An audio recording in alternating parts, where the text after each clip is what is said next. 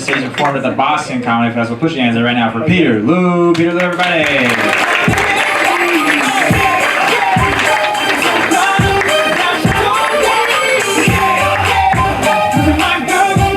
Hell yeah, flappers, make some noise! Alright, we're waiting here, you guys are a good crowd. This is fun.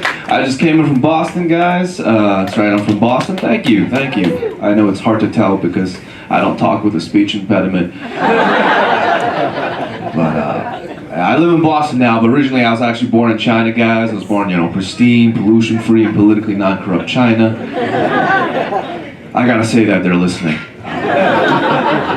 Yeah, I was born in China, but then when I was 8, I actually ended up moving to Australia because, my parents wanted to experience racism. And then when we found it too mild, we came here. Less laughs on that one, huh? It's okay, guys, just a joke, based on truth.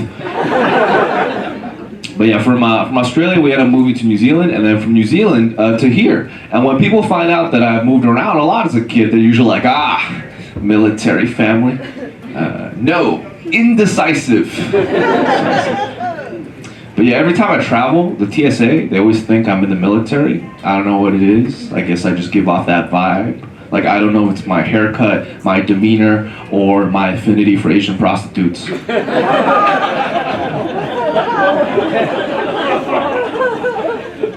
tours in Thailand. No PTSD, just a couple STDs. These are just jokes again. But yeah, I did just become a U.S. citizen, guys. Just became a U.S. citizen. Thank you. I became a U.S. citizen because, China found out about my jokes. But I am starting to feel a lot more American. Like, recently I just took this trip to France, and immediately I was pissed off that no one spoke my language. I was like, hey, why is nobody speaking Chinese in here?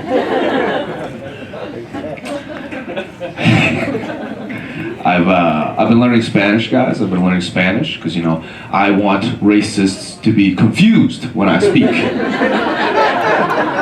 It's like, what kind of minority are you? North Mexican.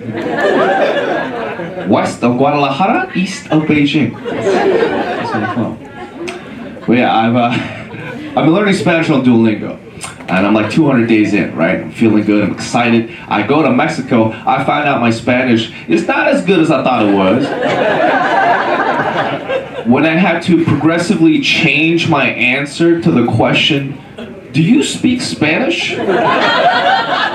Throughout the trip, right? Like at first when they asked, ¿hablas español? I'm like, sí, un poco. And then halfway throughout the trip, I had to change it to un poquito. And then by the very end of the trip, I'm just like, no hablo American. Because I realized that what Mexicans think is an un poco amount of Spanish isn't so goddamn un poco. Right? Like, I would say hablo un poco, and they would go on like a 10-sentence tirade like Pitbull at a reggaeton concert. I'm like, hey, Mr. Worldwide, I have no idea what you just said. When I say a little bit of Spanish, I mean I know numbers, colors, some fruits,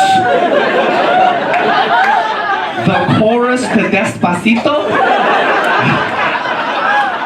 and I have the ability to ask questions and not understand the answers. That's what I got.